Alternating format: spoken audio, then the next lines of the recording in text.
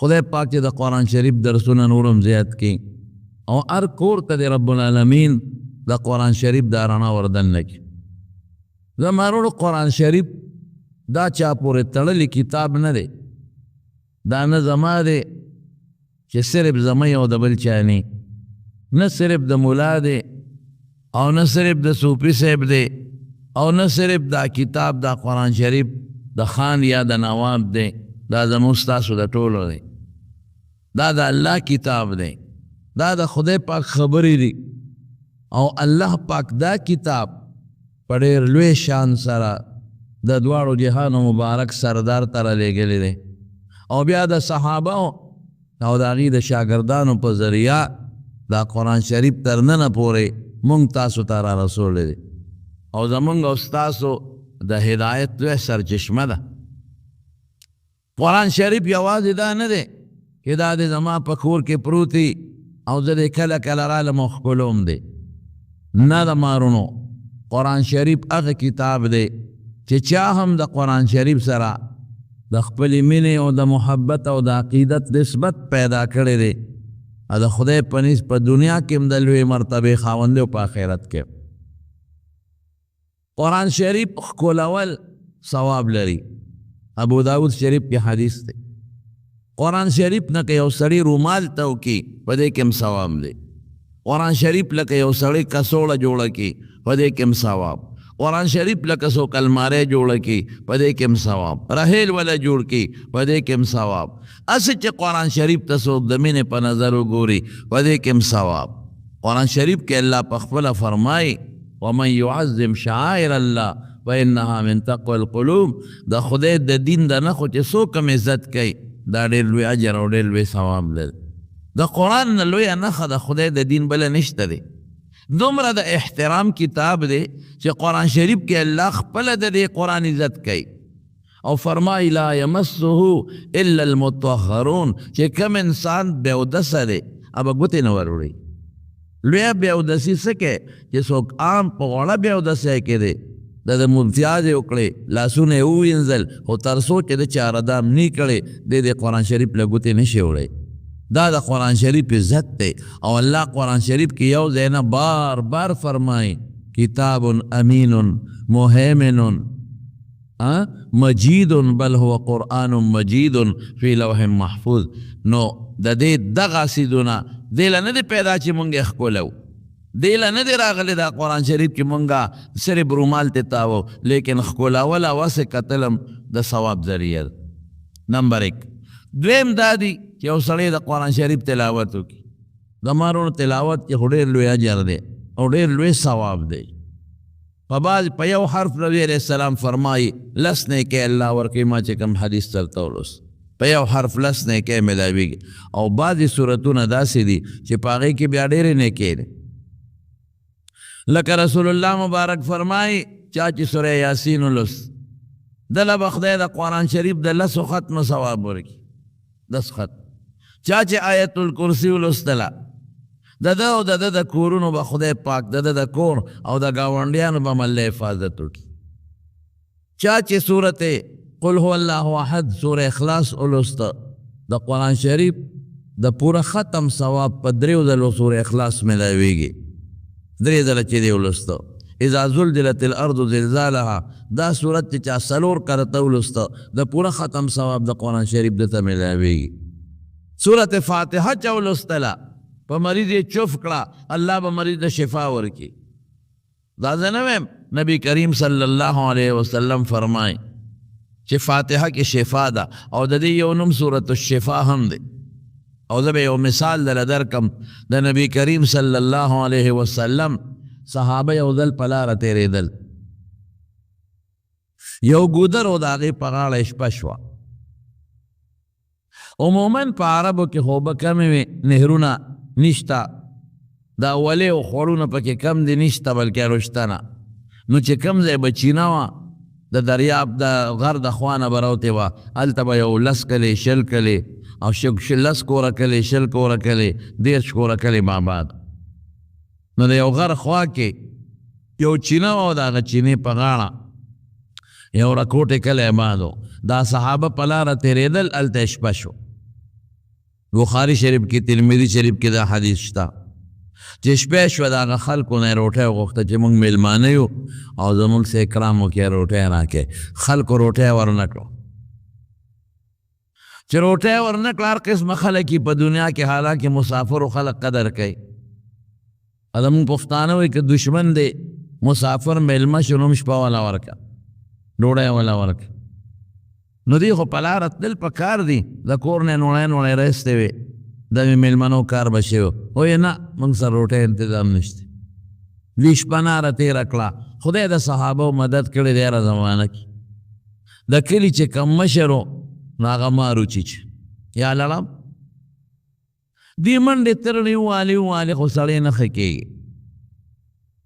او د مار او د لړم علاج اوس که سړی په ډاکټرۍ کې روتې وایي د دې علاج اوس هم دم دی پخوا چې به مار لړم څوک وچیچل اوس هم څوک وچیچي نو مخصوص دمګري وي هغې له لاړ شي هغې پې لاس راکاږي او دم پې واچوي خدای پاک یې جوړ نو د خلکو منډې والې خو سړی نه ټیکېده نو بیا چا ویله که دا میلمانه راغلي دي دوی سره تپوس کوو چې دوی کې څوک دم والا شته او که نشته نو د صحابو نه رالل وی هل فیکم من راق وی تاسو کې څوک دمګرې شته وی ولې وی ان سیدنا لدغه وی زموږ مشر د کلي هغه مار لړم چیچلی او سعینا له بکل شیء هر قسمه منډې ترړې مو والې ولا ینفعه شیء څه فایده ورته نه میلاویږي چې کوم مشر صحابي دی حضرت ابو سعید خدري رضی الله تعالی عنه هغه وی او مال دم راځي اله شاه براشه سړی را نمري چې دم پې واچې هغه وی زه مړه د شوم پړق بچو هلکه ګورې حدیث کې دا نشته خاص نه ما پسې بعضې خلک بیا ټیلیفون وکړي وی دا په کوم حدیث شوم پړق ټکې پکې نشته خو د دې سیاق او سباق مخکې وروسته نه اندازه لګي منطق چې څنګه حجت دی زموږ د عالمان وایي نو مفهوم او سیاق او سباق هم حجت دی تشریح کې ویلی شي زیده شوم پړق بچو بیګام د نه ډوډۍ غوښته نوړی روټۍ م رانه کړه اوس خیراتي دمونه غواړی نو وی ته څه وی وی زه وایم چې مزدوري به راکې مزدوري مونږ خلک ورته شکرانه وایو پخوا به ورته خلکو شکرانه نو که هغه مزدوري راکولی شي دم به واچوم خدای به مشر جوړ کړي که نه راکې زه خپل کار کوه هغې وی بلکل اوس مجبوري د مشر مار چې چلی دی عمري څه مجبوري وی دا جاړ ښه شو 5 روپۍ والا ورکړه چې ماشوم یې کور ته بوته بیا واپسې راوسي استاد یې خو بیا په جاړه شو 5 روپو ته یې چل جوړ کړو چې وایلم ته واپس بیا خو بیا جاړې هغه وی د 5 روپو د دم زور د کوره پوري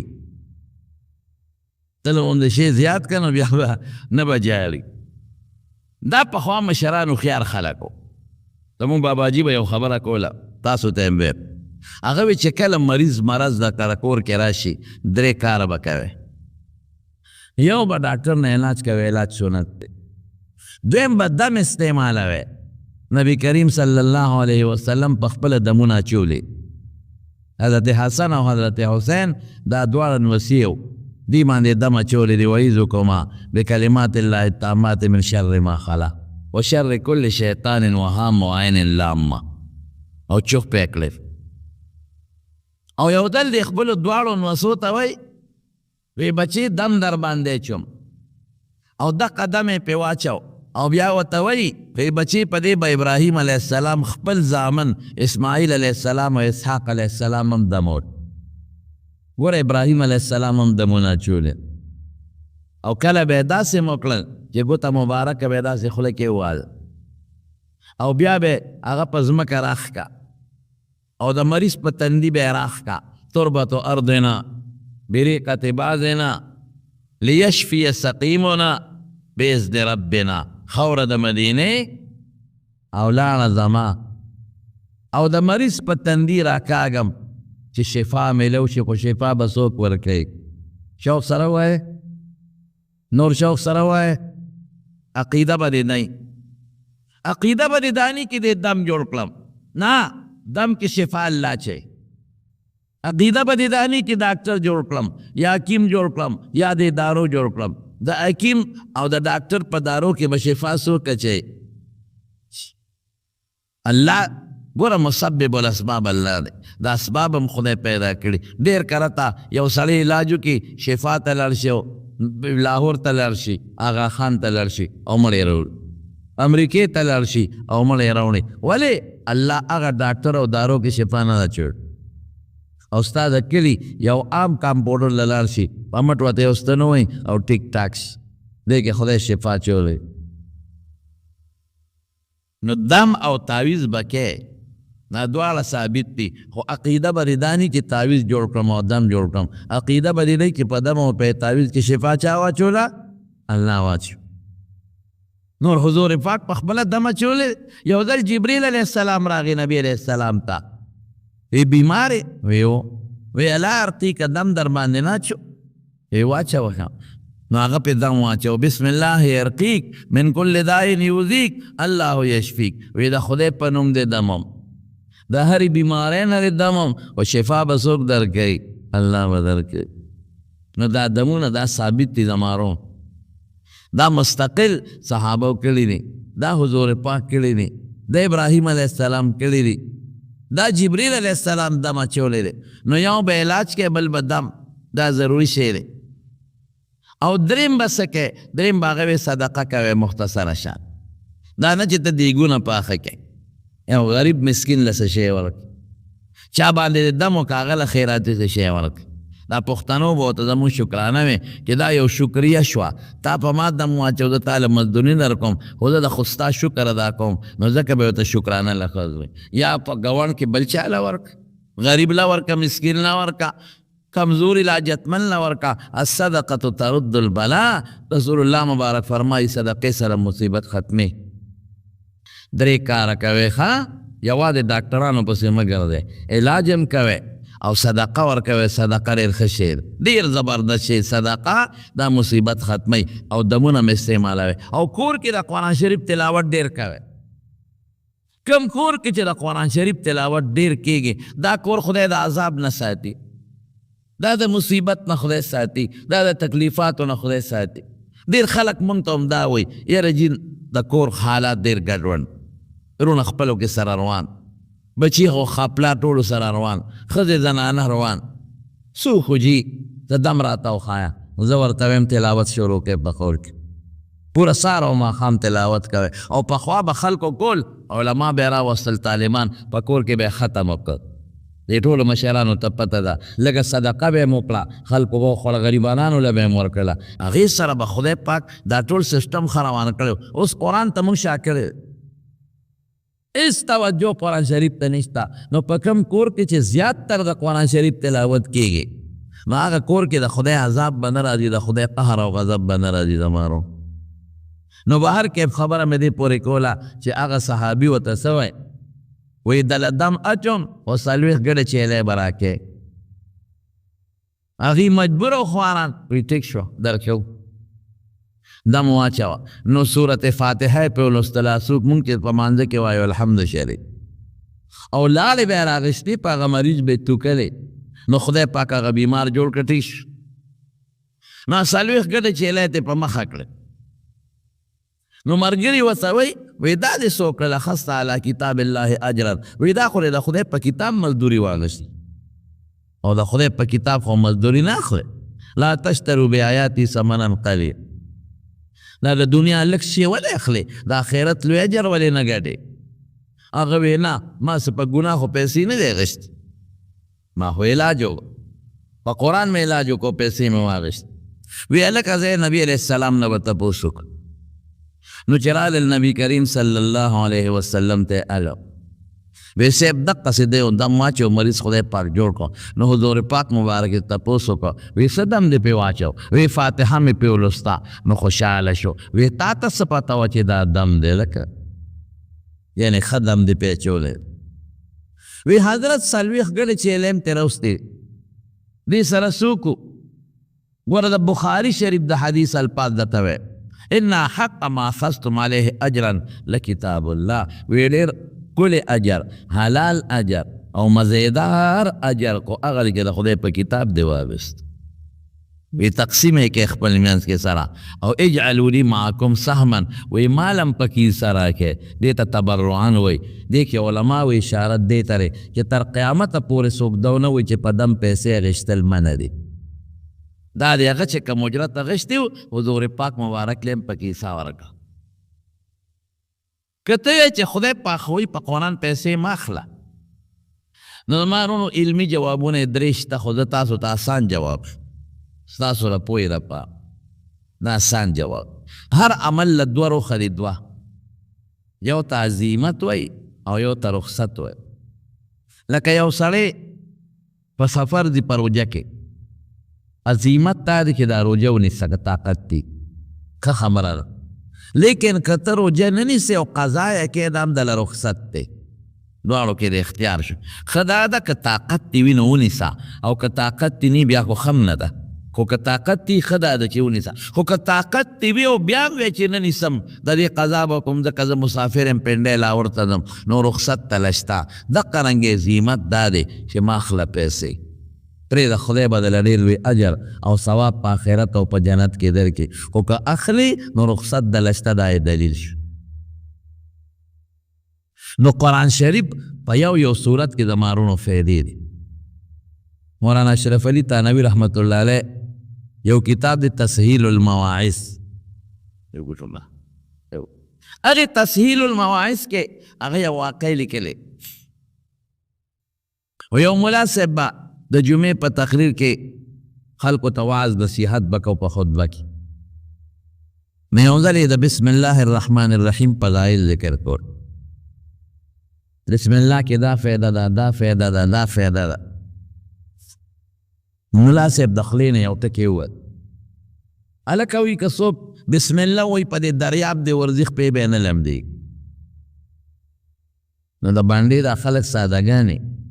او چې رښتیا خبرې په دې بانډې او د میرو په دې خلکو کې دین لږ ښه مضبوط او پختی یو بانډیسي به راته جومات ته ولاړ کې سینو کشتۍ له به مانګي له پیسې ورکو هغه چې دا واورېدل استاد یې خدای را سره خو که چې دم دې راته وخ دا خو چې زم هم کرۍ رانه پې کشتۍ والا اخلي چې راځم کرۍ اخلي نو چې دې طرف نه سینګ ته او دریاب ته ورسېد بسم الله الرحمن الرحیم چوف یې کړې او په دریاب ور روان شو او بالکل پې پورې وخت خپې هم لمده نه شوه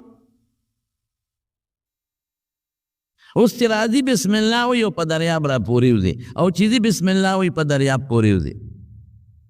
نو یو ځل یې دغه خپل استاد جي ملا صاحب له ډوډۍ وکړو چې ما سره به ځي چې مونځو شو دواړه روان شو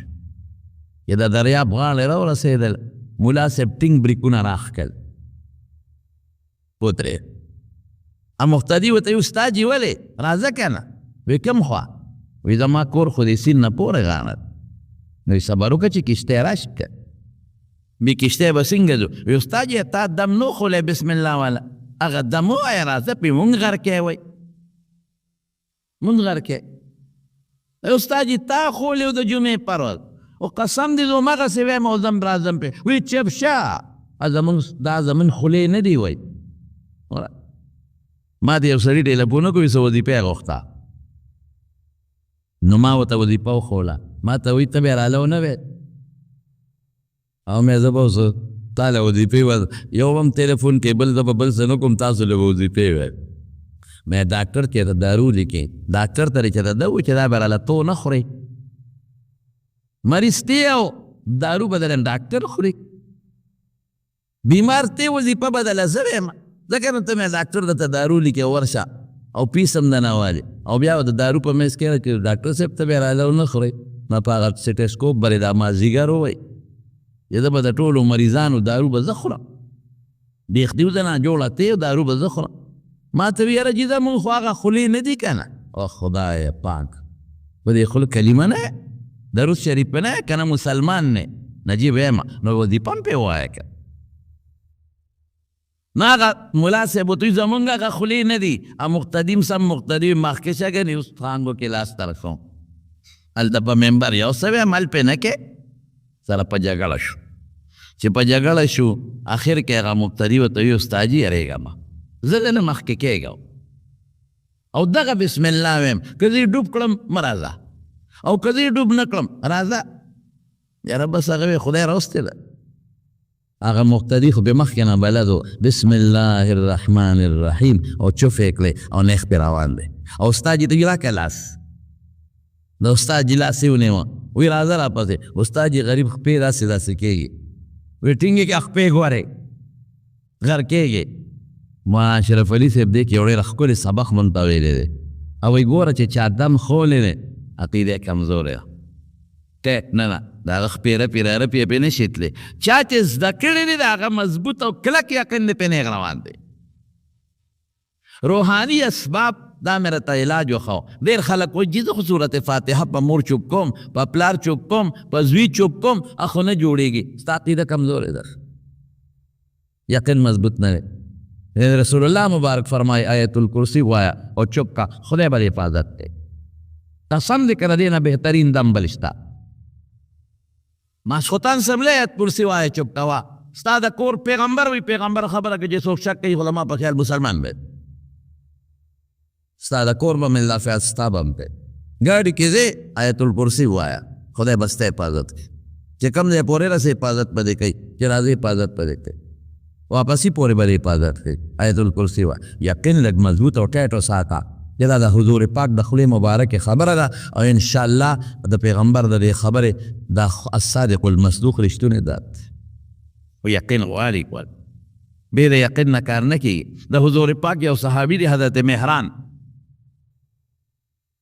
سفینه ورته وایي سفینه رضی الله تعالی عنه سفینه عربي کې کشتی ته یو ځل یې ډېر لوی بار را په سر کړی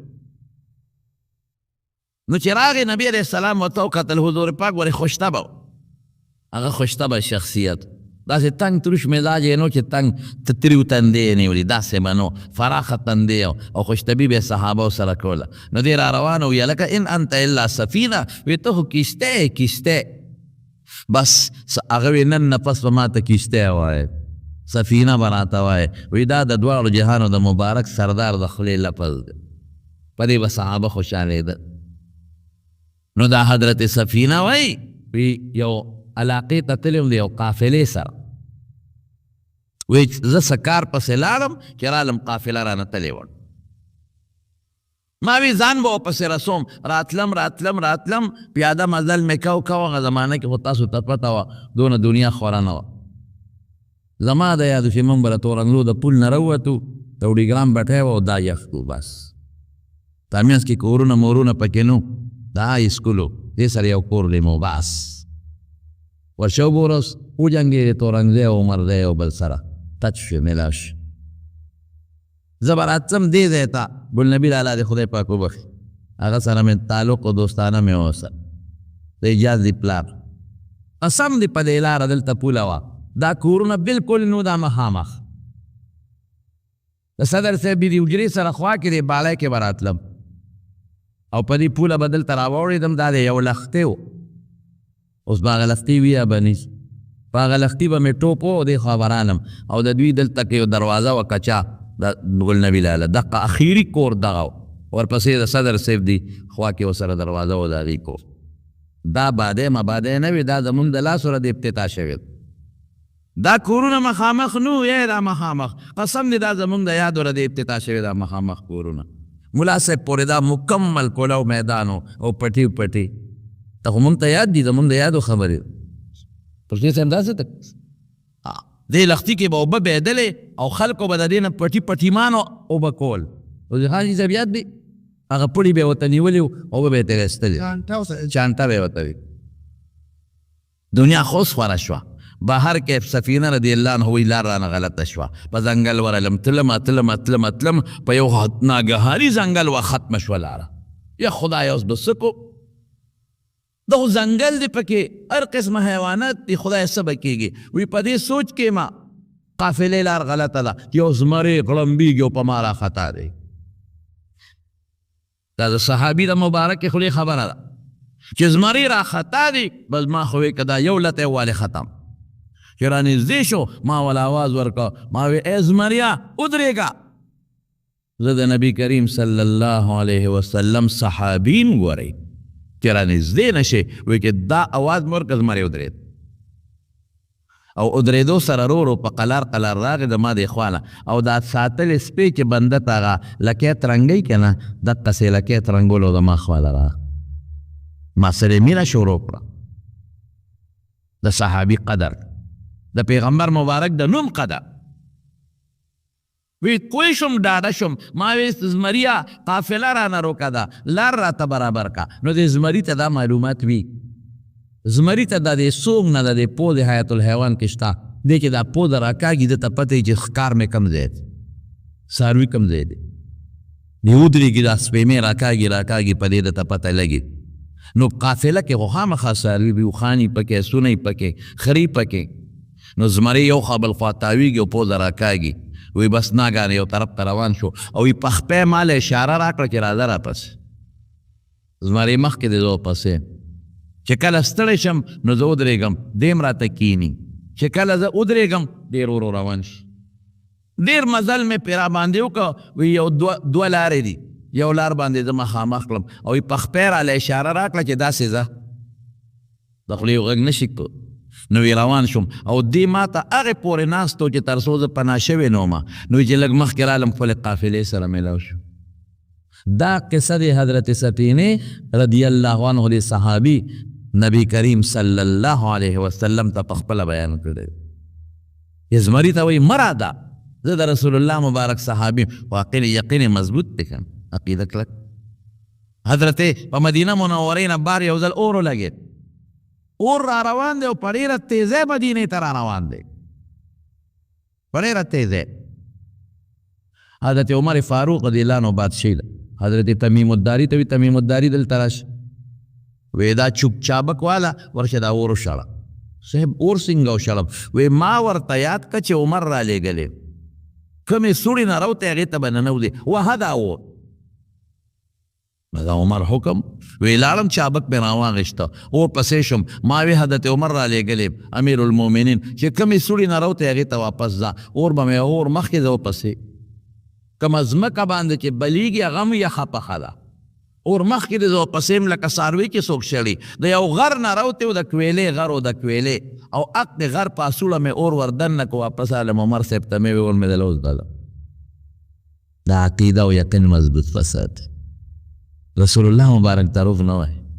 د پیغمبر هره خبره رښتونې ده دا زمونږ ایمان او زمونږ عقیده ده نو دا رسول الله مبارک فرمای فاتحه کې شفا آیت الکرسی وې الله به د حفاظت کوي کلک یقین ساته قسم دې کې سمجھتا په خدای پاک باندې دریم نمبر سدي تلاوت شو حفظ د قرآن شریف هغه کتاب کې د خدای پاک په ټولو کتابونو کې دې ته یو ډېر لوی خصوصیت حاصل دی څومره کتابونه چې د قرآن حکیم نه مخکې تیر شوي دي که تورات دی زبور دی انجیل دی یا نور صحیفې دي د قرآن راتلو سره ټول منسوخ دي نه په تورات عمل کولی شي نه په انجیل کولی شي نه په زبور کولی شي او نه په نورو کتابونو کولی شي که چېرته د هغه کتاب یو مضمون قرآن ذکر کړي یا پیغمبر علیه السلام ذکر کړي بیا خبره ده لیکن دا هغه کتابونو چې څومره مضامین دي او دا هغه کتابونو څومره آیتونه دي ټول منسوخ صرف او صرف زمونږ د زندګۍ او د ژوند دپاره د عمل سرچشمه د هدایت هغه فقط د خدای په کتابونو کې قرآن حکیم دی ټول وایي الحمدلله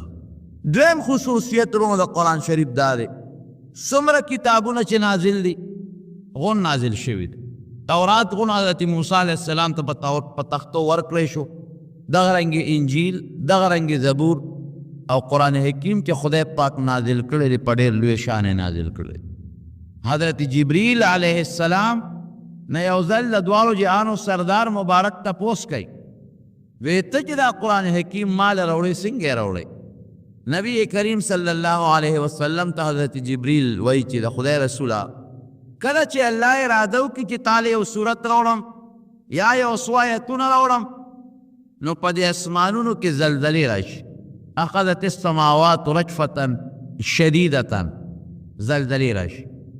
فصاعق من فی السماوات او اسمانونو کې چې څومره فرشتي دي په سجدو پرېوځي بېهوشه پرېوځي ټولو نه اوله فرشته دې چې سر راوچت کړ نو الله خپل شان لایقه سره ماته د خپل کتاب د قرآن حکیم څه آیتونه یو صورت راکړي او بیا چې د تعالی راځم نو یوازې نه راځم. ګورئ جبریل علیه السلام یوازې نه راځي، یو میلمه چې راځي، یو گورنر راځي یا یو صدر راځي یا یو بل راځي، نو خلک هغه له کومې مخې له وځي او په ډېر لوی جلوس او استقبال کې راولي. نو جبریل علیه السلام وایي قانت سیوطي رحمه الله لیکلی دي چې زه یوازې نه راځم، ما سره 80,000 فرشتې ملګري وي، او هغه 80,000 فرشتې چې کومې ما سره ملګري دي، هرې فرشتې سره بیا 80,000 نور ملګري دي. د دومره فرشتو په جلوس کې د راشم تعالی قرآن حکیم راوړو. بیا نبی کریم صلی الله علیه وسلم ته چې به کله قرآن اورو، د هغې خصوصیت واوره، د دواړو جهانو سردار مبارک به سره خوله خوځوله، ير مې نشي، خوله به یې خوځوله چې ير مې نشي. رب العالمین فرمایي لا تحرک به لسانک لتعجل به ان علینا جمعه وقرآنه. دا شونډې مبارکې د ملقه وه، د دې قرآن جمع کول او د دې محفوظ کول دا زموږ ذمهداري ده. نو پیغمبر علیه السلام به ورته غوږ کېښود چې څنګه به جبریل علیه السلام تلاوت وکړو، فوري به یاد و. دومره زور به نبی علیه السلام له ورکړه چې عایشه صدیقه رضی الله عنها فرمایي لقد ينزل عليه الوحي في اليوم الشديد البرد. وی سخت یخنۍ کې چې به په حضور پاک وحی نازلېدله، سخت یخني. فیفصم عنه وان جبینه لا يتفسد عرقا، چې دا وحی کیفیت به تلار او مونږ به د حضور پاک د تندي مبارک ته وکتل، د خولو څاڅکي به ترې بهېدل. دومره زور به نبي علیه السلام ته ورکړی شو. او حضرت زید رضی الله عنه فرمایي زید ابن ثابت وی یو ځل وحی نازله شوه او د حضور پاک دارون مبارک زما درون د پاسه پروت و لکه دو ملګري کې ناست دي. دومره زور زما د رون له ورغې کادت فخذي ان ترضوا، وی قریب و چې زما د رون چوري شوی وی، مات شوی وی. دومره زور یې ورکړ. او په کومه اوښه چې به نبي علیه السلام ناست و، ابه ټینګېدی نه شوه، کې به ناست. خرو بل یو خصوصیت د قرآن حکیم ادا چې نن په مخ د ځمکه څومره آسماني کتابونه دي، یو هم په اصلي شکل کې نشته سوا د قرآن حکیم. ټول وایي الحمدلله. قرآن خو زمون کتاب دی، مونږ باندې نازل دی. د قرآن عظمت زمون عظمت دی، د قرآن فخر زمون فخر دی، د قرآن هدایت زمون هدایت دی. په قرآن خوشحالي مونږ له پکار چې د مونږ امت په خوشحالي وکړو، او الله دې زمونږ د دنیا او د آخرت حشر او نشر او د قبر د زندګۍ د پر د هدایت عملي نمونه ثابته کړي. نو بل خصوصیت تا نن په دنیا کې تورات نشته پاستی شکل کې، نن په دنیا کې انجیل نشته پاستی شکل کې، نن زبور یا د آدم علیه السلام، د ابراهیم علیه السلام، د شیس علیه السلام، د ادریس علیه السلام صحیفې په مخ د ځمکه نشته.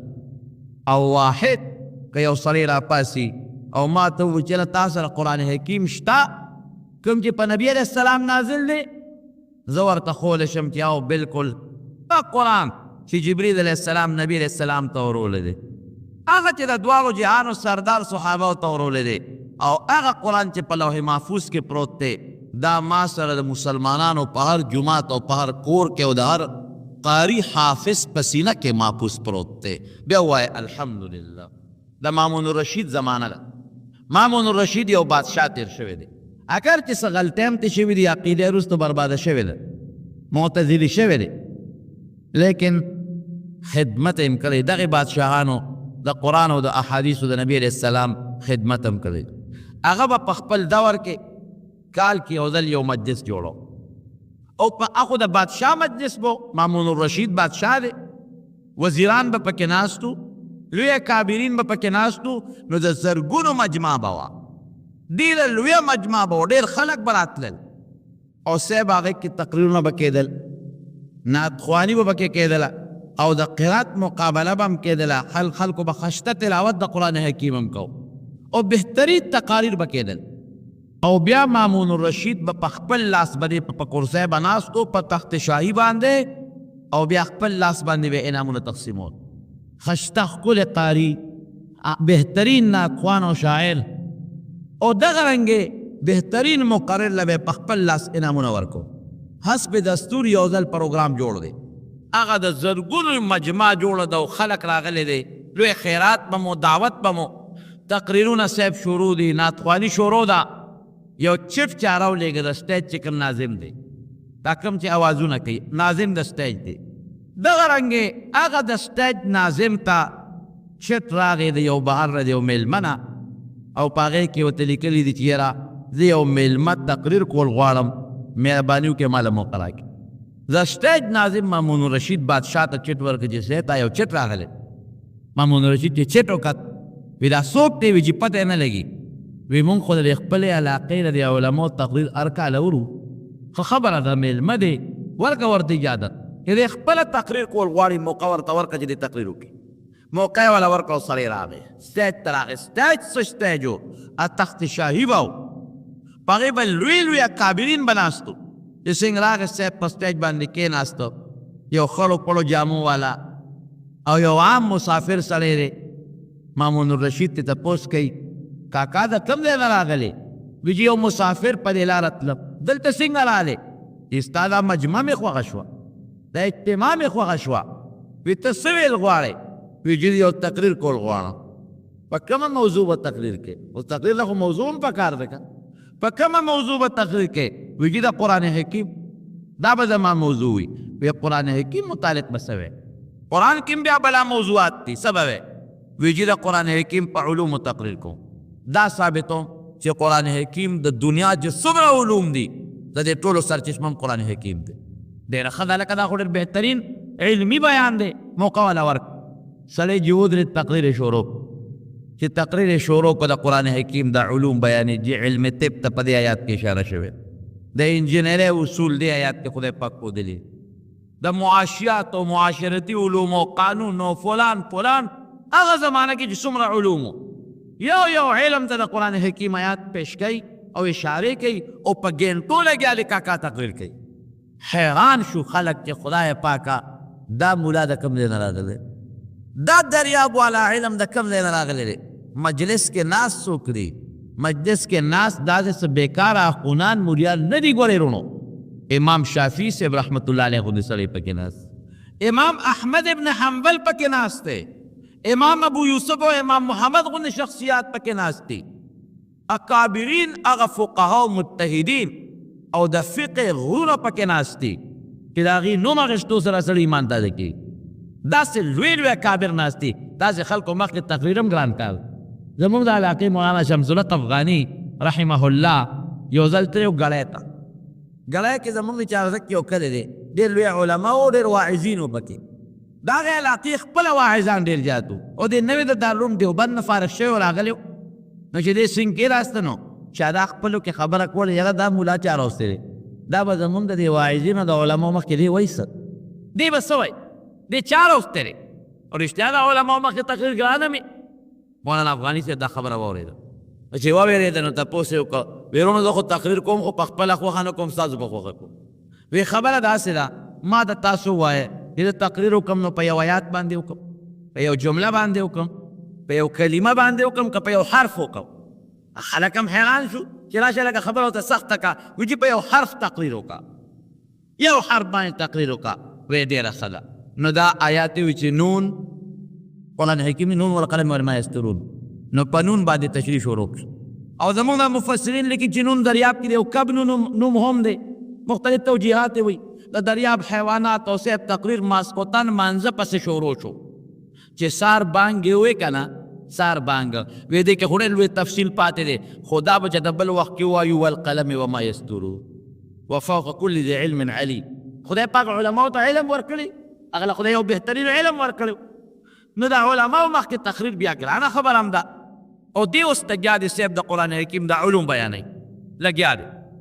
او چې څومره فقها ناست دي په دې خوله کې ورته ګوتې نیولې دي چې خدای دا بابا د کومې راغلی، دله خو خدای چې کوم علم ورکړی دی او کوم معلومات والا خدای ورکړی دی، دا د کومې راغلی، دا کوم ځای پټ ناست و. او مامون الرشید هم صاحب خوشحاله دی، شکر دی ما په رعیت کې داسې علم هم شته. یہ تقریر کله خلاص که مامون الرشید ورپاسېده او ډېر په احترام یې کېنو. ملا صاحب د کوم ځای نه راغلی؟ وی چې زه خو یو مسافر سړی. وی نه نه ته یې د کوم ځای؟ وی بس یو مسافر په دې لاره تېرېده. وی نه نه ته اوس د لارې تېرېدو سړی نه، ته به ما سره دلته دې مجلس کې پاتې کېږي، ما نه بار به نه اوس دلته ما سره. وی چې زه خو تا سره نشم پاتې کېدی. نه نه سوال نه پیدا کېږي، زه تا له اوس وزارت په درکو. ځکه د دغې بادشاهانو کې څومره وزیران به و، مقربین به و، د اسمبلۍ هغه ممبران چې تاسو ورته وایي د شورا خلک، دا به علما و، قاضیان به ټول علما و، فقها و مجتهدین به و. تاسې خلک ته وایي ته اوس ما نه کوم خوا تللی شي تا به زه وزیر مقرروم قاضي القضات به دې مقرروم بنګله به در کوم درله وینځې نوکران به دله در کوم غلامان خادمان ته کوم خوا امانت دی شي وایي صاحب داسې کار دی زما او ستا نه کېږي سره او زه ځم خپلې مخې ته پرېږده بس دغه تقریر مې وکړو لارم درله زما ټیک لکونې و کاکا ولې وي چې نه کېږي وي ته ما ته وجه وښایه چې چل ته له خو د بادشاه قرب حاصلې بادشاه ته ځان نږدې کوي او تا دې په زور ځان درې ساروم او لوی عهده در کوم ته مانه تښتې او ته وایي چې زما او ستا کېږي نه وی ولې وی ته مسلمان یې ستا د رعیت مسلمانان دي ستا وزیران مسلمانان دي ستا د اسمبلی ممبران مسلمانان دي او زه مسلمان نه یم الله د کوم مذهب سره تعلق لري وی جي یهودي ته ګوره د قرآن متعلق دومره بهترین تقریر ته ګوره زما ټول مریان دې حیران کړي وی جی بد دا خو مې حقیقت وی د قرآن متعلق دغه معلومات حاصل ومد حق خبره مې پټه نه کړه قرآن متعلق دغه معلومات حاصل ومې درته بیان کړ والفضل ما شهدت به الاعداء د انسان دشمن چې د انسان صفت وکړي دوست خدا کیا صفت کوي دلسوز دی خو زموږ دوست دی زموږ خامخا به صفت کوي دوست خو در چا صفت کوي دشمن چې ستا صفت وکړي نو پوه شه چې دا د صفت خاوند دی نو چې یهودي راځي او د قرآن صفت کوي پوه شه چې قرآن د صفت خاوند دی ټول وایي الحمدلله جناب علي مامون رشید ورته کېناست چې دا الله بنده یقیني خبره کوي یقیني یهودي دغه د قرآن معلومات حاصله مې وویل وی نستا غوندې سړی د اسلام نه بربادي کېدل نه دي پته ته مهرباني وکړه مسلمان شو وزارت وی قضا وی بنګله وی دولت وی نوکران بالکل حاضر دي درته وی چې زما لک یو شک دی چې شک مې ووت مسلمان به شم او که هغه شک ونه وت نو زه یهودي ښیم وی دا خو اسانه خبره ده خپل شک دې ووایه ستا شک اوس دا دومره علما ناست دي دې ته به ور مخکې کړو او شک یې که درله وویسته مسلمان شه او که ویې نه ویست نو بیا مسلمان یې یهودي ښې وی چې دا ما د هغه شک تعلق نه دی علماو سره نه دی ما سره دی نو دې سره څه کې د شک تعلق ما سره دی که کله ووت زه به راشم دلته په تا سره کښېنم مسلمان به شم او که ونوته هېچا سره زما د شک تعلق نشته زما ذات سره دی که ووته خو ډېره خلک ونوت د یهودي ښې بس لاړ سړی د مجلس نه ووت چې د مجلس ته صاحب لاړ ووته کال پس یا 2 کاله پس بیا مامون رشید همغه مجلس جوړ کړی او بیا صاحب تقریرونه شروع دي نعتخوانۍ شروع دي قراتونه شروع دي اوس زمانه پکې تېره ده اوس بیا د سټیج چې کوم ناظم صاحب دی سیکرټري صاحب دی هغه ته بیا یو چټ راغی چا چټ راولېږي جي د تقریر کول غواړم د سټیج ناظم بیا مامون رشید ته ورکړه جي څه کار خو بیا یو سړی راغلی دی او دلته تقریر کول غواړي وی څوک دې راوغواړه راویې غو خو ویې نه پېژند ځکه وخت پکې تېر شوی وی ملګري څه تقریر کول غواړي وی جي په قرآن حکیم کول غواړم وی د قرآن متعلق څه وی وی جی په دې آیت تقریر کوم چې انا نحن نزلنا الذکر و انا له لحافظون چې مونږ قرآن نازل کړی دی الله وایي او د دې حفاظت زموږ ذمه داري ده تر قیامته پورې به دا قرآن حکیم مونږ محفوظ ساتو د چا پلار په دې کې زیاتې کمې خو څه کوي چې مخکېوالي رستوالي هم نشي کولی داسې هم نشي کولی چې سورت بقره د سوره یاسین ځای له راوړي او سوره یاسین د سورت بقرې ځای له یوسي دا هم نشي کولی بالکل مکمل د حرفونو او د آیتونو مکمل محفوظ ایسو پکې زیاتې کمې نشي کولی په دې تقریر کوم ویډیو کا تقریر شروع کوم دا موږ مولیان صاحبان چې درته خطبه وایي که نه دا خطبه شروع کړه نو دې خطبه کې دا شهادتین دي گواهی ورکول دي د الله د توحید د وحدانیت او د نبی کریم صلی الله علیه وسلم د رسالت اشهد ان لا اله الا الله واشهد ان محمدا عبده دا خطبه مو تقریر شروع کو بیا صاحب زبردست دلایل ز تقریر شروع خلق په شکیان کې لکه سړی خو زبردست دریاب والا علم ورسره دی دا خو مغه زوړ ملا معلومیږي چې هغه پروس کال نه بل کال راغی تقریر اخلاص کو او راکوز شو مامون رشید ورته وایي وی سړیا تا هغه ابل کالاني سړی خو نه چې دلته تقریر کړو ویډیو ما رایم الله بنده تا خو چې یهودي ما اوس خو تا الله یهودیا خو شرک کوي عزیر علیه السلام ته خدای زوی وي او نبی کریم صلی الله علیه وسلم د خدای رسول نه ګڼي نو تا خو د مسلمانانو د عقیدې اظهار وکړو شهادتین دی وي ویجد الله مسلمان کړم کړ زه مسلمان شو لکه څنګه مسلمان شو الله بنده باندې تقاضا در کول وزارت در کو دولت پیسې نوکر سره در کول نو ایمان دې نه راوړ اوس ایمان راوړ ویجه کستا یادی ماته ته یو ټکی ویل دا مالک یو شک پروت دی که هغه شک مې وت مسلمان بشم او که هغه شک ونه وت نه مسلمانېږم هغه شک مې جیوت مسلمان شو. مامون الرشید ورته چې څه شک و چې ته دومره راټینګ کړی وی چې دا ما دې آیت کې شک و چې الله وی انا نحن نزلنا الذکر وانا له لحافظون چې قرآن موږ نازل کړی دی او حفاظت یې زموږ دی. لکه مې دا شک و چې دا تورات او انجیل خو خدای نازل کړی، قرآن خدای نازل کړی دی، هم خدای نازل کړی. فرق پکې څه دی؟ یوه دام جبریل علیه السلام راوړی دی، هم فرشتو راوړي دي. دام پیغمبر ته ورکړی شوي دی، قرآن هم پیغمبرانو ته ورکړی شوي دی. دا قرآن هم انسان سره دی او تورات او زبور انجیل هم انسان سره دی. دا الماره کې پروت دی، هم په الماره کې پراته دی. دا هم په کاغذ لیکلی، هم په کاغذ لیکلی. عجیبه خبره. اوس که قرآن داسې وي چې فرشتو راوړو او دروازې خلکو له ورکو او چې پکې چا سبق وي بیا یې غشته او اسمان ته وړو نو بیا خبره وه. خو همدغه انسانانو سره لاس کې پروت دی او په خپلو المارو کې جلنده کوي او بار یې راوباسي. نو د تورات او د قرآن په منځ کې څه فرق دی چې د تورات او د انجیل او د زبور حفاظت خدای نه دی کړی او د قرآن یې کړی؟ دا مې کې وسوسه وه. وی اوته دا شک دی اوته وی او صاحب وی څنګه اوت وی جزه خوشنوي سیم کاتب بهترین خطاط ښکلی خط مې دی مزېدار. وی ما وی چې راشه تجربه پې وکړه. وی لاړم خپل تورات مې ولیکه، خشته مزېدار مې ولیکه، ښه مې مزین کړه، د سرو زرو کار مې پې وکړه، په دې غاړو باندې نقشونه نگاه کو اپریشن مې ولا وکړه، د ځان مې پکې زیاتې کمې وکړه. یو آیات مخکې کړی بل لوستو کړی، بعضې ځای مخکې کړی څه پکې له ځانه وردن نه کړی. چې هغه تورات مې کله ولیکه او ګډ وډ مې کړه نو د یهودیانو چې کومه لویه مدرسه وه هغې ته مې یوړ. دا تورات خرڅوم جي که څوک یې اخلي. هغې چې وکت ملا صاحب په څو خرڅی په دومره پیسو خرڅوم چې د هغه یهودیانو لوی امام وکت داسې بل یې ورکړه. یو وی زه اخلم او بل وی زه اخلم. مو مانګي قیمت چې ما څومره پیسې غوښتې په هغې هغه تورات خرڅ شو. پیسې مې جیب کې واچولې واپس راووتم. وی ما وی چې زموږ دا یهودیان خو ډېر بېوقوف قوم دی، دا ډېر قمقل دي، خره دي خره او داسې غټ خره دي قمقل چې دې سره خپل کتاب تورات پاستي شکل کې رشته دی هم نه. که وی زما دا بیا ورسره کتلی وی چې اوس مثلا سوره یاسین دی مونږ سره یا قرآن یو صورت دی اوس سره خپل اصلي انجیل هم نشته. که وی خو زما دی به سره اوس کتلی او دا حقیقت دی. د عیسی علیه السلام د اسمان د پورته کېدو نه پس چې هغه اسمان ته خدای پاک بوت. دا زموږ عقیده ده چې عیسی علیه السلام په اسمان کې جمدې ناست دی. ښه زموږ عقیده ده چې عیسی علیه السلام کوم ځای دی؟ اسمان کې او جمدې ناست دی او خدای پاک بیا راکوزوي او دلته به حکومت کوي، واده به کوي، بچي به کېږي، بیا به وفات کېږي او د نبی کریم صلی الله علیه وسلم سره په مبارکه کوټه حجره کې د یو قبر دی پاتې په هغې کې به دفن کېږي. دا مې ځکه درته دا خبره تفصیل سره وکړه چې بعضې خلک دي قادیانان چې هغوی دا نه مني، هغوی وي عیسی علیه السلام مړ شوی دی، هغه نشته اسمان کې نشته. ما ته یو سړي خبره کولو وی زما مخکې یو عام یا عام انسان نه وی چا تپوس یو ډاکټر نه وی چا تپوس وکړو وی چې ستاسو عقیده ده چې عیسی علیه السلام کوم ځای دی؟ ډاکټر صاحب ورته وی قادیاني تپوس کړو. ډاکټر صاحب ورته وی جی خو په اسمان کې دی. وی تاسو مسلمانان خو وایئ چې په اسمان کې نه ده او د اسمات انتظار نشته. وی نو عیسی علیه السلام چې بره په اسمان کې دی اودس کوم ځای ماتی؟ اسمان کې اودس ماتې کېږي نه، دی اودس کوم ځای ماتی؟ وی هغه ډاکټر صاحب ورته ډېر مزېدار جواب ورکړ. وی ډاکټر صاحب ورته وی چې خلا خبره خو به وروستو کوو، خو تا نه یو تپوس کوم د مور ګېډه کې څو میاشتې تېرې کړې؟ وی جی 9 میاشتې. وی دغه څلور خو به تېو باسو خو مثلا تا کې سا نه وه، خو دا 6 میاشتې تقریبا یا دا 15 میاشتې د مور ګېډه کې خو ته وې که نه وې؟ نو د مور ګېډه کې خو هم ډېران نشته، متیازې دې کوم ځای کولې؟ هلته خو هم د اودسمات انتظام نشته.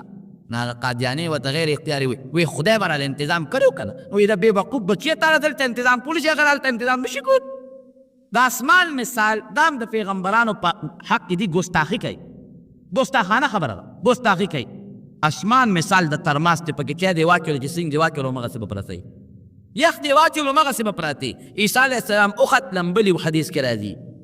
لمبلي و چې دیماس حمام نه راوتی و او چې کله اسمان ته لاړ همغسې و چې راکوزېږي نو سر کې وی د اوبو ساس کې همغسې پراته وي. رسول الله مبارک چې څه ویلي دي رښتیا ویلي دي که دروغ یې ویلي دي؟ بل د هغې وینا زموږ دپاره غد دي. ما چې دا کلمه و چې اشهد ان لا اله الا الله اشهد ان محمدا عبده ورسوله او پیغمبر علیه السلام مې د خدای رسول او بنده ومنه، د هغه هره خبره زما دپاره واجب التصدیق ده، زه به منم. جای هغه د عقل سره برابري خوري او که نه خوري. زه د دې مخالف یم. بعضې خلک وایي پیغمبر علیه السلام دا خبره کوي، وره کنه ساینس هم دا خبره وی کوي. دا غلط خبره، دې سره باید اتفاق نشته. د نبي علیه السلام قول او د قرآن خبره په ساینس موږ نه ثابتوو. ساینس څه شی؟ نن ساینس وایي عناصر څلور دي، بله وایي لس دي، بله وایي پنځه دي، بله وایي شپږ دي، بله وایي اته دي. نن ستا ساینس وایي یو وخت کې ستا ساینس وي نور او سپومۍ ولاړ دي او ځمکه ګرځي، بیا وایي نه سپومۍ هم ګرځي نور ولاړ دي، اوس وایي نه نور هم ګرځي، مې بله وایي چې اسمانونه هم ګرځي. ساینس ته څه اعتبار دی؟ قرآن د خدای وینا ده او احادیث د رسول الله مبارک وینا ده. بس سر و چشم موږ ته منظور. عقل مني که نه مني، عقل به په کاڼي باندې وغورځو او د خدای او د پیغمبر د وینا تابعداري به کوو. دې ته مسلمان وایي. الله دې دا عقیده زموږ نصیب وګرځوي. نو جناب عیسی علیه السلام چې برک خدای پاک اسمان ته وخېجو، د هغه شاګردانو صاحب انجیل کې دا نجاتي کمي وکړل او هر یو شاګرد یو انجیل ولیکه. یو وایي دا د عیسی علیه السلام هغه هستي دی، بل وایي دا هستي دی، چا وایي خوب کې راته ماته ویلې دي ماتې لیکلی دی، چا وایي په ویښه مې ترې لیکلی دی. صاحب د سوونو نه انجیلونه زیات دي، هر یو سره جدا یو بل نه فرق، بل نه بل نه فرق، بل د بل نه فرق، بل د بل نه. د عیسایانو چې کوم پادریانو عالمان هغوی میټینګ وکړي، اجلاس یې راغو، ټول کېناستل. هلکه زمونږ هغه هستي انجیل پکې کم یو وایي زما دا دی، بل وایي نه زما دا دی، بل وایي زما دا دی، بل وایي زما دا دی، هر یو د بل نه جدا. خدای پاک اوس هغه هستي پکې کم یو دی. بدر اجلاسونه دي او سوچونه دي او مشورې دي، تجویزونه دي، هېڅ فیصله ونه شو. اخره کې یو کس پکې پاسېد، هم د بېوقوف بچی و. هغه وایي دا چل به وکړو، یو لوی میز به جوړو او دا ټول انجیلونه پرې د پاسه کېد او لقو به نو چې کوم ته پرېوتل هغه غلط و، چې کوم پرې پاتې شو به ټیک. په قرآن اندازې به فیصله وکړو. بس وایي بل حل نشته، هم دا چل به وکړو. لوی صاحبه میز یې تیار او دا سوله انجیلونه یې راول په هغه میز د پاسه کېنو کېښوده او دا ټول پادریان ته ګېټ چاپېره کېناستل او اول خو یې خدای ته چغې وویل، عیسی علیه السلام ته یې چغې وویل چې مونږ نه هغه ستا هستي انجیل لوک شوی دی، مونږ دا بیت لقو چې کوم هستي دی هغه پرې راته پرېږده او چې کوم دیسي دی دویم نمبر دی، ایک نمبر او دو نمبر شی ملاویږي که دو نمبر بھی چې هغه دې لاندې وغورځېږي. صاحب میز یې لقاو لکه چاټوړي کې پخوا هغه ملۍ پیرې وې خلکو به غرسول که نه، چاټوړۍ به یې لقاو، داسې دا میز لقاو نو چې شی لقی خامخا ترې پرېوځي، یو به پرېوته څلور پاتې شو. هغه څلور هم یو د میز یو ګوټ نه لاړ، بلې بل ګوټ ته لاړ، بلې بلې غاړې ته لاړ، بلې غاړې ته لاړ او دوی یې لقی. مشر پادري ورته ډب هلکه بس دې بس کړې، وی بس نور مه لقوې. وی چې څلور دي، دا څلور راپول غواړي کتاب د عیسی علیه السلام خو یو دی چې درې ته وغورځېږي یو پرې پاتې شي، نو اصلي کتاب به معلوم شي. وی خدای بې خو باید په غاړه پراته دي که یو لک هم ورکړه څلور واړه غورځېږي ورشي، بې کتابه به پاتې شي، هغه اصلي به هم پکې لاړ شي. نو زه اکثر طالبانو ته دا خبره کوم، زم د کوم کتاب انتخاب چې په قرآن اندازې شي هغې کې د اصل او د نقل پته لګېږي؟ نه بلکل نه کېږي. وی انجیل چې مې وکت اوس هم څلور اناجیل دي، بایبل وګوره کتاب مقدس، یوحنا، مرقس، متی او یو بل دی پطرس دی کې کم یو دی، څلور اناجیل دي څلور. او که تاسو وکت که نه یو انجیل کې اخر کې لیکلي دي چې عیسی علیه السلام چې دی نو اسمان ته لاړ، نو بیا د اسمان نه راکوز شو. عیسی علیه السلام وایي موږ پانسي که دوی وایي عیسایان وایي صلیب باندې، نو چې پانسیم که نو بیا څه موده پس خدای جمدی که خدای پاکي وی پلار دی العیاذ بالله، نو بیا موږ پلان کې دی کې خاخ که هلته مو قبر وکنیس، نو بیا خپل پلار جمدی که ځان سره بر یو روز پلار تر دغه ناست دی په تخت باندې. زمونږ یو عالم دی تپوس وکړو، وی هلکه د انجیل کې لاندې یو باب کې خو یې دا لیکلي عیسی علیه السلام چې دی مړ شو او دی بیا خخ که مونږ او دا وچلو، نو چې هر کله دا عیسی علیه السلام د انجیل خو د هغه په ژوند نازل شوی، د هغه د مرګ دا قصه پکې څنګه راغلې وه. اوس پکار چې داسې وې چې دی به وفات کېږي او دی به بیا جمدي کېږي، نو ټیک ده، نه وفات شو خخ شو، دا خو د هغه په ژوند نازل دی، نو څنګه پکې د هغه د مرګ قصه راغله. وي دا باب پکې مونږ ځانه زیات کړی دی، چې کومه خبره پکې راځي ځانه زیات کړی. خبره مې دا کوله چې وي ما پته ولګېده چې انجیل چې دی دا هم پاستي شکل نه دی پاتې. وی بیا راغلم د قرآن حکیم مې ولیک، هغې کې مې صاحب زیاتې کمې وکړو، بعض ایتونه مخکې کړی، بعض وروستو کړی، بعض ایتونه ښکلې، بعض له ځانه وردن نه کړی. پوره اپریشن مې د قرآن حکیم وکړو او په دې غاړو باندې مو له ښه نقش و نګار او ګلکاري وکړو. وی یو مې د مسلمانانو لویې مدرسې له چې کې مې ښود هغه عالم ته مې کېښود چې صاحب دا قرآن حکیم ما لیکلی دی او دا خرڅو. هغه حافظ عالم راواغېسته، ښه هلکه په څو خرڅی؟ ای په دې پیسو. دا خو هلکه تا ډېره ښایسته خواري کړې ده او ډېر مزېدار دې لیکلی دی، ډېر اعلی دی. ودرېږه مونږ یې ګورو چې حافظ صاحب کوله وکړه چې ورته وکتل، هغه بل شاګرد هلکه ته دا وګوره دی بدبخت خو سوره یاسین د 22 سپاره په ځای په 14 کې لیکلی هلکه حافظ دا غلطي معلومولی شي که نشي معلومولی دا خو په 14 کې تر هغه چې بل ځای وګورو چې بل ځای وکتل لکه خدای دې مردار کا هغه سورت رحمان کې خو دې غوم نیم پرېښلی چې بل ځای راواړه لکه خدای دې تباه کا هغه سورت دوحا خو دې په لومبۍ سپاره کې لیکلې ده طالبان ته یې نیسئ نو خدای دې طالبانو د وارو نه ساته زموږ طالبانو چې تدنګي کې دوه کس یو بل سره جګړه کړې وه بیا خلکو خلاص کړل نو ما ته سهار یو د هغه جومات د محلې یو سړی راغی ما ته ویې موري زه طالبان نه خو مې یروش وی روس خو دوی هسې ونه ځغلو وی دا خو ډېر سخت قوم دی طالبان مې وویل وی په یو بل سمې وینې ما ته خلاصې وی موږ پکې والو پړل خلاصې کې ما وی د طالب کې دی وایي که نه نو د قبر کې د نکیر منکر والو ته بیا ضرورت نشته ما ته یو مولانا صاحب خبره کوله وی موږ لاړو اقوام متحده ته جنیوا کې مذاکرات یو چې کوم وخت کې امیر المؤمنین نوی راغی په جنیوا کې مذاکرات موږ یې ولیږلو خو موږ ته وی چې ګورې دا چل به کوئ چې تاسو خو لارئ خو د تصویر نه به ځان ساتئ پام کوئ چې ستاسو تصویر په کیمره رانشي امیر المؤمنین اډر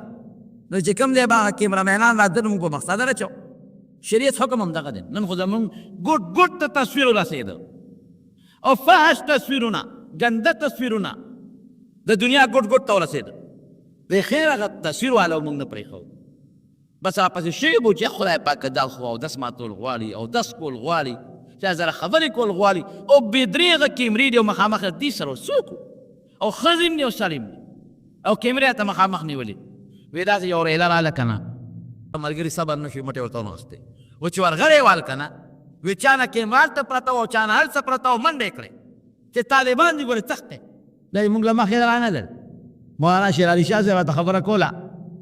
مولانا شیخ الحدیث مولانا حسن جان صاحب او مولانا حمدالله جان صاحب دا درې واړه تلو دغه ته دا سعودي عرب ته تلو پاکستان نه کې زم حج ته تلو نو دوی هلته کې د عربو په دې شیخانو ګرځېدل د دې لویو خلکو چې دوی ته د افغانستان د طالبانو حالات وښیي چې دوی د طالبانو دا تسلیم خو یې کړی دی خو چې دا ورانې چې دروانې ختم شي موږ په دې لویو اکابرینو د سعودي ګرځېدو د طالبانو دا خبرې مو کولي دا ګوره نیکان خلک دي د قرآن او د سنت نظامې په دې خپل وطن کې راوستي دي او د زړه نه دا ومنې تعلق سره جوړ کړې اور چاته به م وی ما او یغي به تپوس به طالبان دس وکړه یو لوی هیبت په دنیا کې طالب نه پروت دی د دنیا د کافران ټول یېرېږي چې خدای طالبان څوک نو مولانا صاحب خبره کوی مولانا شیر علي شاه صاحب ما له غوسه راغله وی چې طالبان څوک دي وی ما له غوسه راغله الطالبان من هم ما وی چې لهم ارجل اربع ولهم اذناب وقرون يمشي على الاربع ما وی چې دوی څلور خپې دي او غټې لکې دي او غټې ښکرې دي غټه سرمت وی ښه نه چې ظالمان به خو همدغه انسانان دي که نه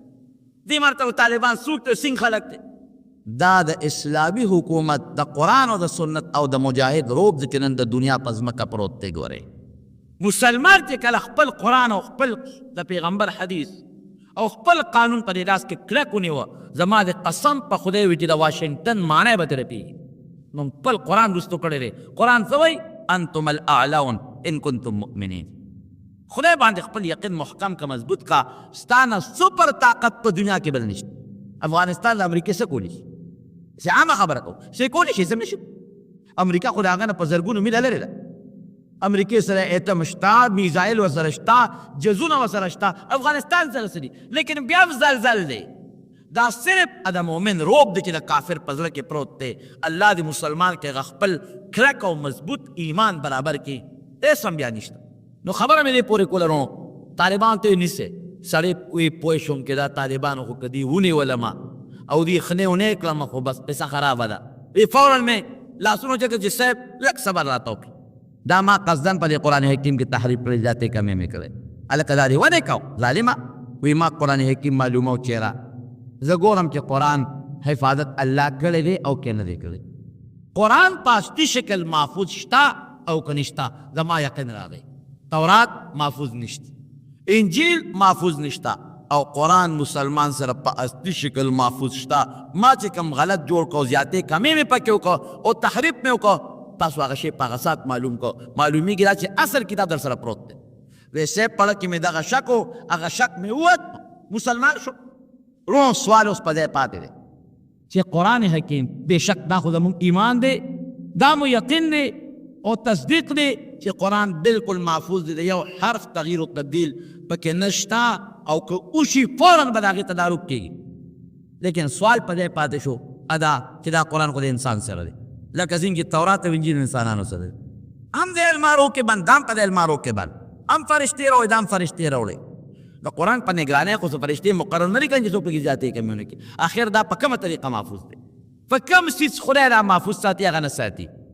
دا په دا مدرسو چې دا ستاسو په جومات کې نن کوم مدرسه جوړه، په دا حافظانو چې دا کم په سترګو نابینا حافظان، دا لاندې چې تاسو ورته وایي، دا ګوړه او شل چې تاسو ورته وایي، بالکل دا ښه خبره ده. زمونږ مجیبه دستور دی،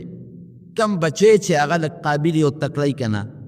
او ذهني، نو هغه چې د سکول او کالج ته لېږو. او کم بچی چې په خپه ګوړي، په لاس ګوړي، په سترګو ړوندي، د بل کارني مدرسې ته یو ځای چلته به رجي را یو زوی مې دین ته وقف کړه. الله خدایا هلکه بچي څو دي؟ جي څلور دي. یو خدای مال و چې هغه یو مې پکې مدرسې ته وقف کړی دی. اوس چې هغه مدرسې ته کوم وقف کړی دی هغه غریب ته هېڅ کار هم نه دی، صرف د هغه د ډوډۍ نه ځان خلاص کړی مدرسې ته لېږلی چې څه به یې د لاسه نیسو ګرځو را ګرځو په دواړو سترګو ړوند دی. راشه مدرسې ته ولېږو، ملا پیش حافظ پیش او کارې پیش، د غرې کې خوري زمونږ نه پناه خو به خوري که نه. نو مونږ غلط نیت دی، مونږ د بچي نه ځان خلاص کړه، ګور شل دی هغه مدرسې ته ولېږه. لیکن رب العالمین څه وایي؟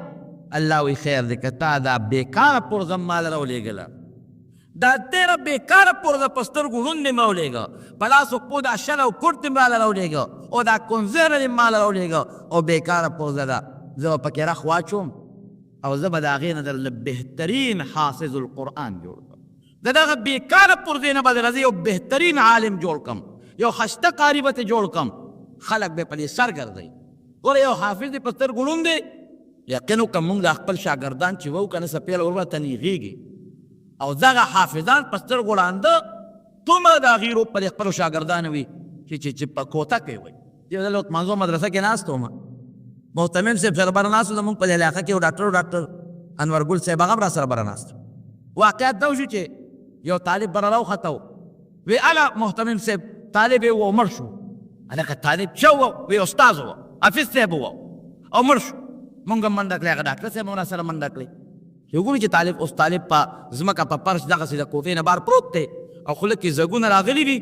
او بالکل بېهوشه پروت دی. ډاکټر صاحب چې کله وکتل ویې لکه سوري کې ساه شته، بېهوشه دی، په سر به لګېدلي چېرته، دا ګوتې موتې وله مږلې را مږلې. اوس هغه حافظ صاحب په دواړو سترګو ړوند دی چې کوم استاد هغه سره سیم د دې بلماله دې مټ غوندې یو غټ کوتک دی او ولاړ دی.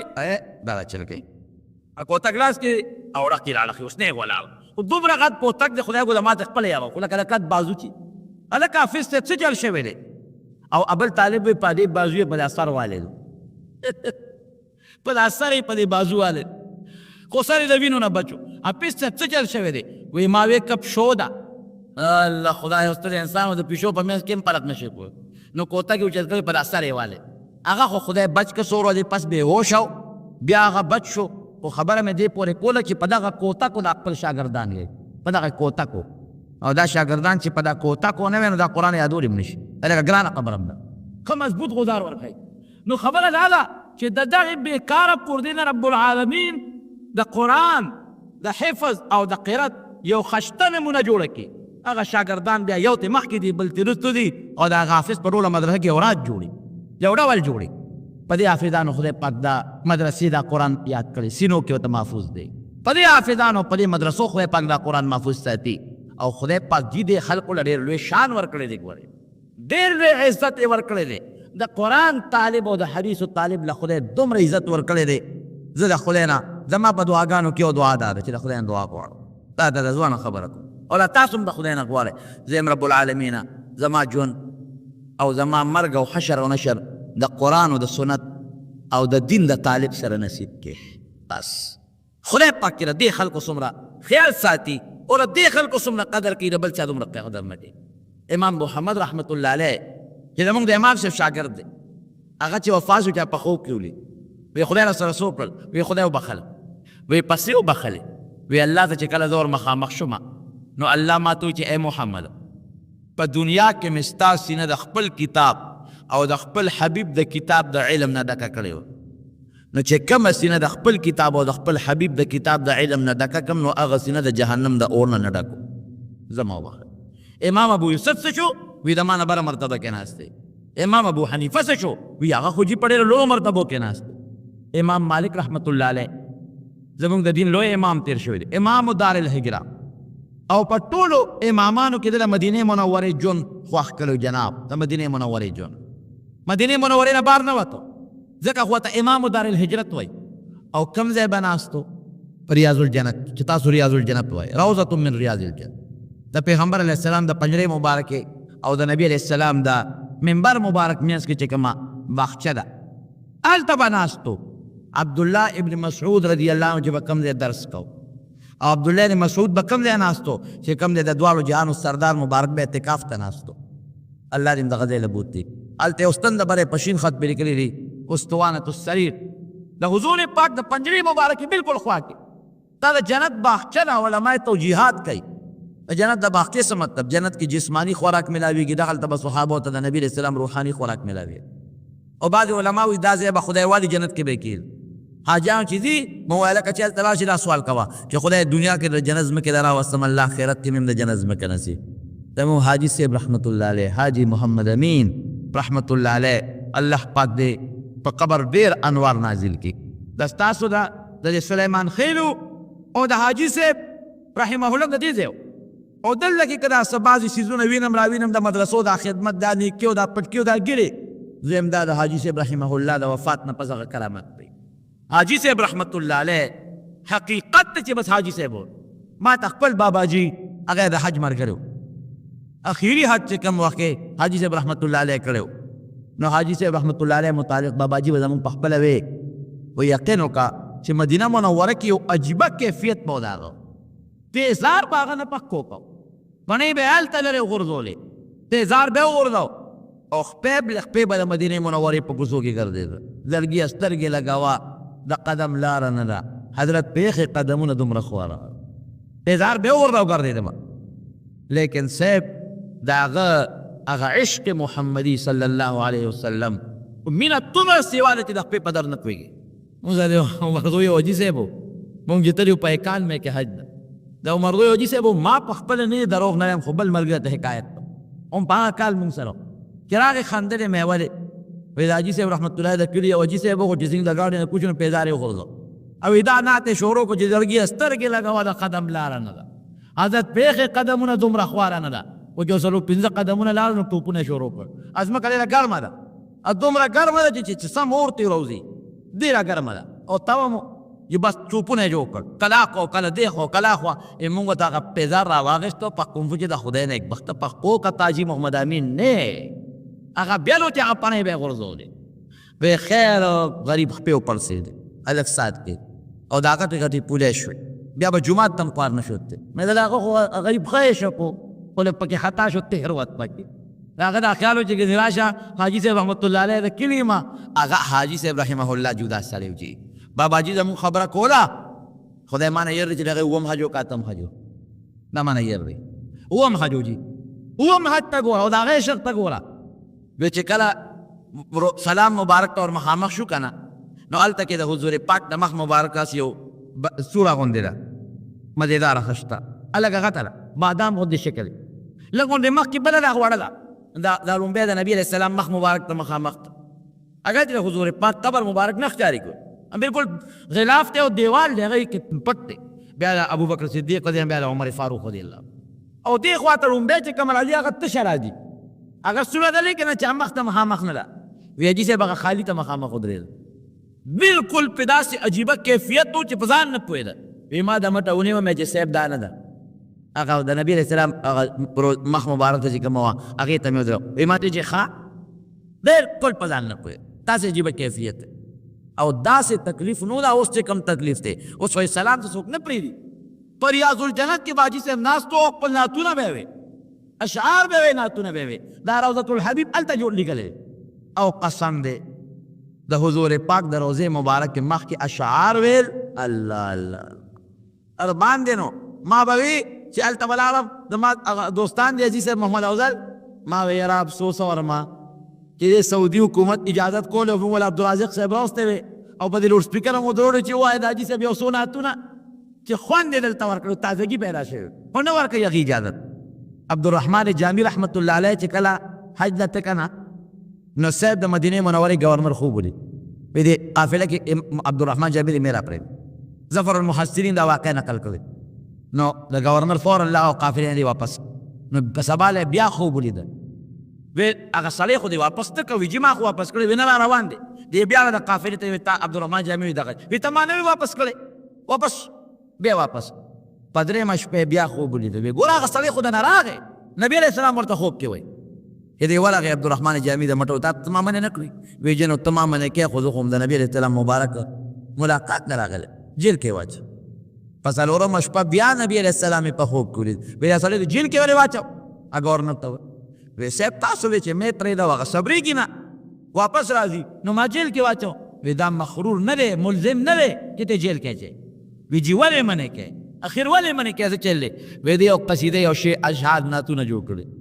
یو څو اشعار یې جوړ کړي او که دی راغی او زما د قبر مخکې د اشعارو وي دومره خشته مزیدار اشعار دي چې ممکن ده چې زه د قبر نه دواړه لاسونه راوباسم او د سره حرکلې وکړم روی فتنه به جوړه شي پوهېږه که چې دا قصیده نه وی نورې خوشې کړه پرېږدې خیال دې راغی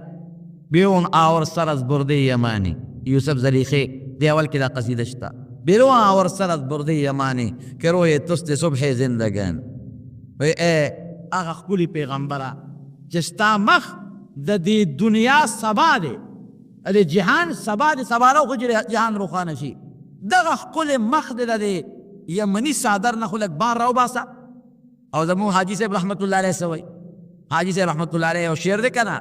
وی د شین ګمبت نه را بهر شه محمد رسول الله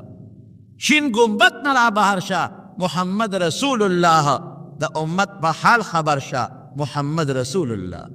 نو دغه اشعار په مدینه منوره کې خوند کوي. نو ریاض الجنت کې حاجي صاحب رحمت الله علیه کې دا لوی داستان دی چې درته ویم شپه هم ډېره تللې ده یعنې ما ته خپل باباجي د حاجي صاحب رحمت الله علیه د عشق چې هلته څه بیان کړي دي قسم په خدای ما د خپل باباجي نه جومات کې لاس هم اورېدلی ګورې مولا چې دی که نه هر عالم هغه یو سړي ته چې ګوره تنقید په نظر ورته ګوري چې خابي پکې وي پکې راوباسي هغه ما ته وی قسم په خدای دا د هغه الفاظ وی خدای ګواه دی دا الفاظ دا دې ما اورېدلي دي وی خدای ګواه دی که د حاجي صاحب رحمت الله علیه په شان سړی ما پر خپلو سترګو لید او زما والد صاحب وایي حالانکه زما والد صاحب هر شي ته چې ګوري هغه د تنقید په نظر ګوري چې معمولي غلطي پکې راوباسي هر چا دی په مخامخ وایي او وایي چې زه د حضرت عمر فاروق رضی الله عنه صفات ګورم که نه د جلالیت د هغه صفات او د حق میدان کې د هغه ګویایي او د حاجي صاحب رحمت الله علیه حاجی محمد امین صاحب رحمت الله علیه کردار ته ګورم نو د عمر فاروق رضی الله عنه اوصاف پکې د ښکاري ټیک ده صحابه لوی خلک دی هغې ته هېڅ څوک نشي رسېدی ټول امت د هغې د خپې دوړې ته نشي رسېدی لیکن د عمر فاروق رضی الله عنه مظهر د هغه د اوصافو مظهر وی په حق میدان کې چې به ودرېده او حق هغه کوم ځای کې پټولی شو هر څوک چې به و که نه واضحه خبره به د حق او چې حق به ورته ورسېده کمه یو خبره کې به ورته څه اشکال و حق به ورته ورسېد فوراً به د حق اتباع کوله دې ته عالم وایي او دې ته پیر وایي نو خبره مې دا کوله رونو